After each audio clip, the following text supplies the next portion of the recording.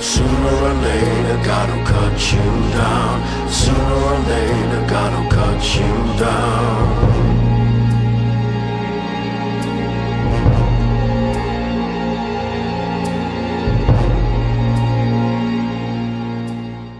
Welcome back to the Werewolf Movie Channel, where we take a fun and light-hearted look at lycanthrope cinema throughout history. As always, we will be in spoiler territory right from the start, so if you haven't seen this film, go and check it out. It's amazing. I always buy a legit copy of all the films I review, and I strongly encourage you to do the same and support the creators of these films. Dog soldiers!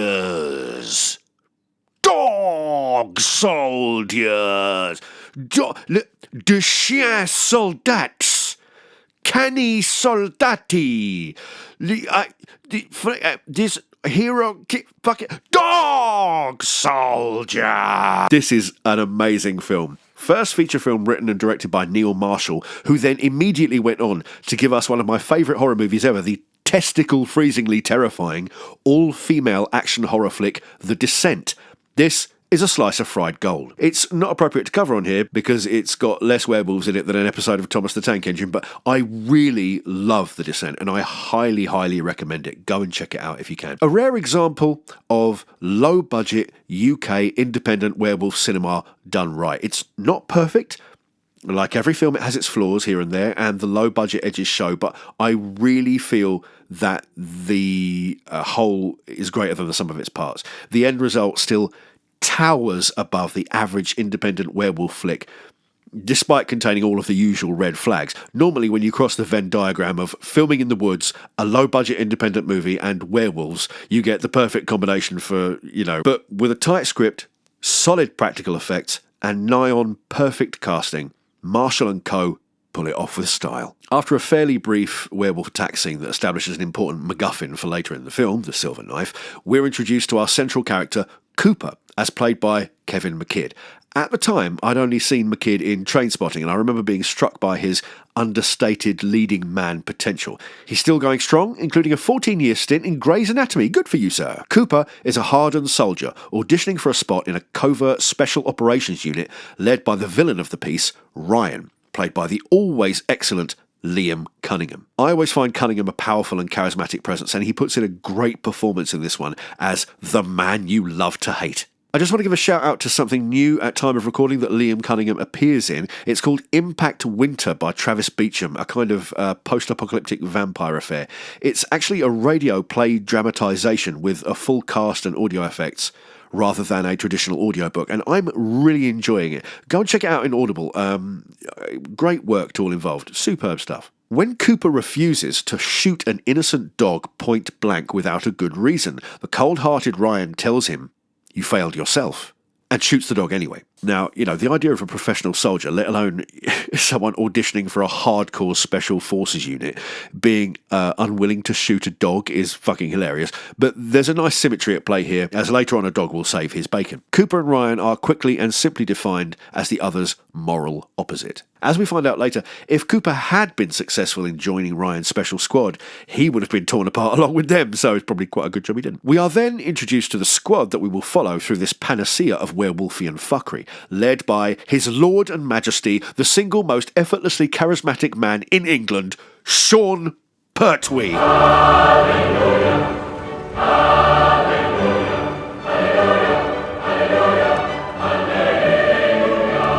Pertwee is amazing in everything he does, and never more so than in his role as Sergeant Harry G. Wells. Yes, H.G. Wells. I see what you did there, lads. Very good. As we go on, we will be celebrating the moments of liquid gold Pertwee gives us, so keep an eye out for our Pertwee Perfection moments throughout this episode. Because it's nice and new and shiny doesn't mean it's worth shit. Remember, I want that back, son. What about you, Sarge?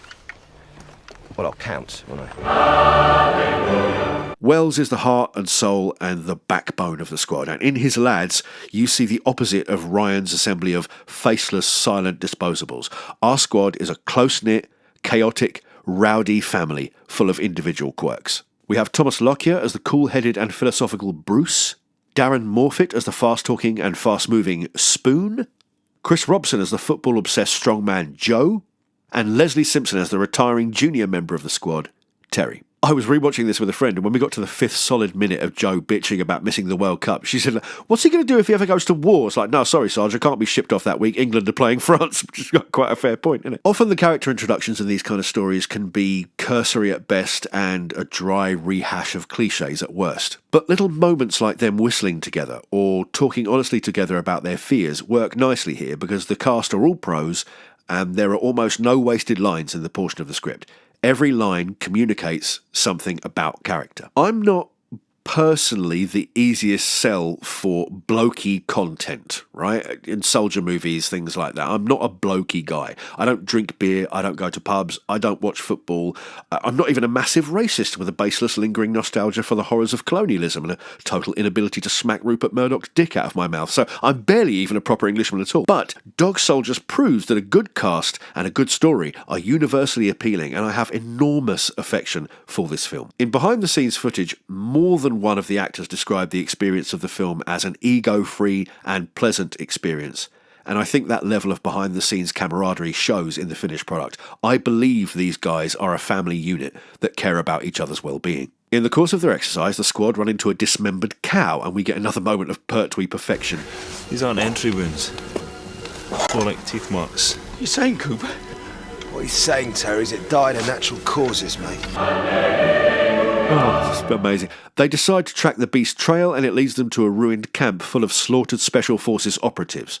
Only one member of the unit remains, and it's Ryan. Barely holding his guts in, Ryan is making very little sense, but one phrase he does repeat often is, there was only supposed to be one. But the lads can see, whatever Ryan's squad were facing off against, there was very clearly not only one. When it comes to the different types of people you could put in this situation, I've always thought soldiers is a nice choice. You want to see people shit themselves at the threat they're facing, but there's no fun in a siege movie where the people being besieged can't defend themselves. So it's a nice balance. These guys can competently fight back. They're not going to waste a lot of time freaking out or backbiting each other. They're already trained to work together. They're focused and properly equipped. So it's more fun to watch them face off against these bulletproof, 7-foot unkillable wolf people. And let's talk about these werewolves for a minute. Wisely, the attacking creatures are shown in short flashes, sharply cut. Any costume, no matter how good, is going to reveal itself as a costume very quickly if lingered on for too long. The lifelessness of the eyes and the limited mobility are always a giveaway. That said, I have to give credit where it's due. These things are a triumph of practical effects, achieved by the always incredible Bob Keane and his team. The design they've gone for is a hyper-realistic human-wolf hybrid with real actors in full-body prosthesis. They deliberately steered clear of a hyper-muscular approach, going for a tall, lean look that's intimidating in a whole different way. It's very wolfish. It invokes the physicality of a real wolf, and they are quite lean. While limited in how much they can move, the headpieces in particular are beautiful pieces of special effects work, and there's so much art, craft, and imagination gone into them. The feet are stretched out into a more wolfish three-jointed back leg shape, which adds to the height and would, in practical terms, make them significantly faster than a human being. According to the behind-the-scenes footage, the foot prosthetics meant that the actors playing the wolves could not sit down and had to essentially stand on tiptoe for 11 hours filming. Salute to you, gentlemen, because that looks fucking ouchy. Taking the mythos that only fire or silver can kill a werewolf to its logical extent, these werewolves are hurt by non-silver bullets, but not killed by them. In fact, they soak up ammunition faster than Hollywood reboots lucrative IPs. So the squad grab Ryan and hot-foot it through the forest with Bruce covering the rear. Sadly, as we've already seen, firepower doesn't do much except mildly discourage the werewolves, so Bruce doesn't stand much of a chance. Although in the end, he takes himself out by chest-bumping a tree, so God knows if he ever did stand a chance against something that can, move. The Sarge catches a claw to the gut, only rescued at the last second by Cooper. Now, the squad are running through a forest with two badly wounded men being pursued by multiple bullet-sponge werewolves. Things have gone, to coin a familiar phrase, tits up. Thankfully, they then run into our final character, Megan, played by Emma Cleesby. Megan is a zoologist who has come to the area to study the reports of strange goings-on and has heard the gunfire. She has transport and knows the location of a nearby family who might let them use a phone to call for help, and after a bit of resistance, they make good their escape. The family aren't home, so the squad hunker down and fortify their position. The rules confirm that I have always secretly been a trained soldier. Watch. Wait, you can't just help yourself. It's the training, miss. Never waste an opportunity to eat. See, told you, I always knew I was secretly a trained soldier. From now till the end, we go into siege movie territory. The werewolves want to get in, and the boys want to not die. Clearly, Megan knows the family who live here really quite well, as she can tell them where the bathroom is, as well as the name of the family dog. Foreshadowing. Cooper takes the Sarge upstairs to see to his wounds, and we get an implosion of Pertwee Perfection moments. This scene is beautiful for so many reasons. The way Pertwee delivers his lines, the fact that he wanted this scene to look convincing, so he actually got this drunk in readiness to film it, creating a scene so messy that Kevin McKidd actually really punched him in the face by accident, and that's the take they used. Yep. That's a real punch. I don't know, folks. It just feels like this scene could have been so mediocre, and instead it just becomes an exercise in charisma. Look at all these Pertwee Perfection moments. Just look. Sausages. Oh my God, that's amazing. Oh wait, look, here comes another I'll one. tell you what, I love him. I love you, like the mate that I love. Oh my God, and another one. Knock me out. Hit me. Sean, stop! You're overwhelming the Pertwee Perfection machine. Oh my God, it's going nuclear! Oh, you fucking pussy, hit me.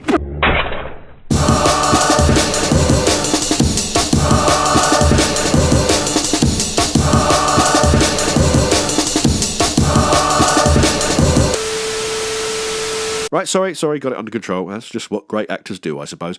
Either way, the scene ends with an unconscious Sergeant Wells having been literally super glued back together, and Cooper and Megan returning to the group. One of my pet peeves in werewolf movies is a protagonist who spends more than 0.4 seconds debating the existence of werewolves after having clearly seen one. So this scene is a pleasant way of getting all of that out of the way quickly and with minimal fuss. Megan lays out exactly what they're dealing with in detail.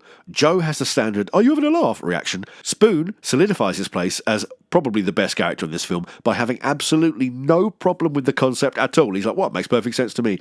It's lovely to see a character that has zero problem connecting the 7-foot wolf-headed creatures that walk on two legs with the existence of werewolves. Cooper does what a good leader should and correctly points out that when something is trying to gnaw your bollocks off, debating its origin is a waste of time. You deal with what's in front of you as best you can. The beasts take out the lights, and Ryan, who seems to be nicely recovered by now, continues to generally be a dickish presence, exchanging a meaningful look with Megan just before things begin to go from bad to fresh trousers needed. The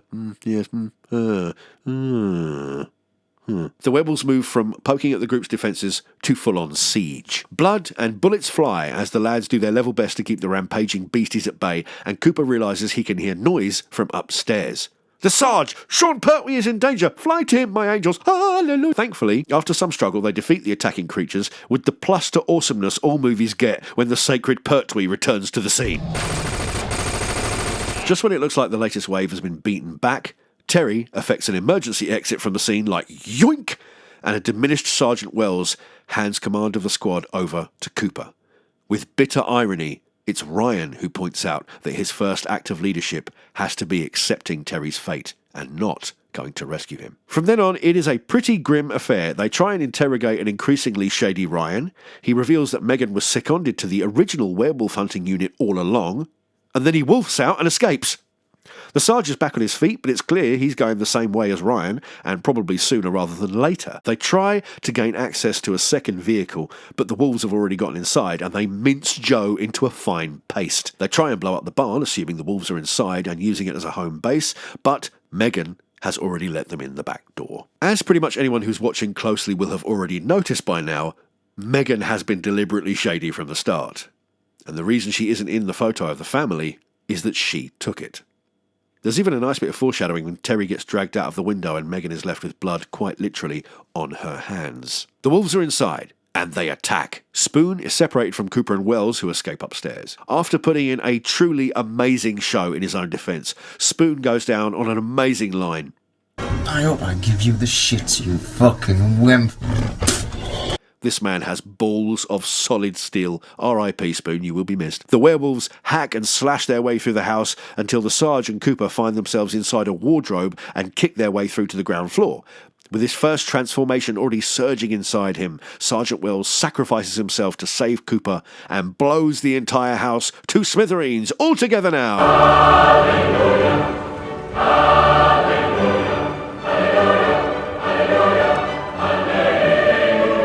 But it's not over yet.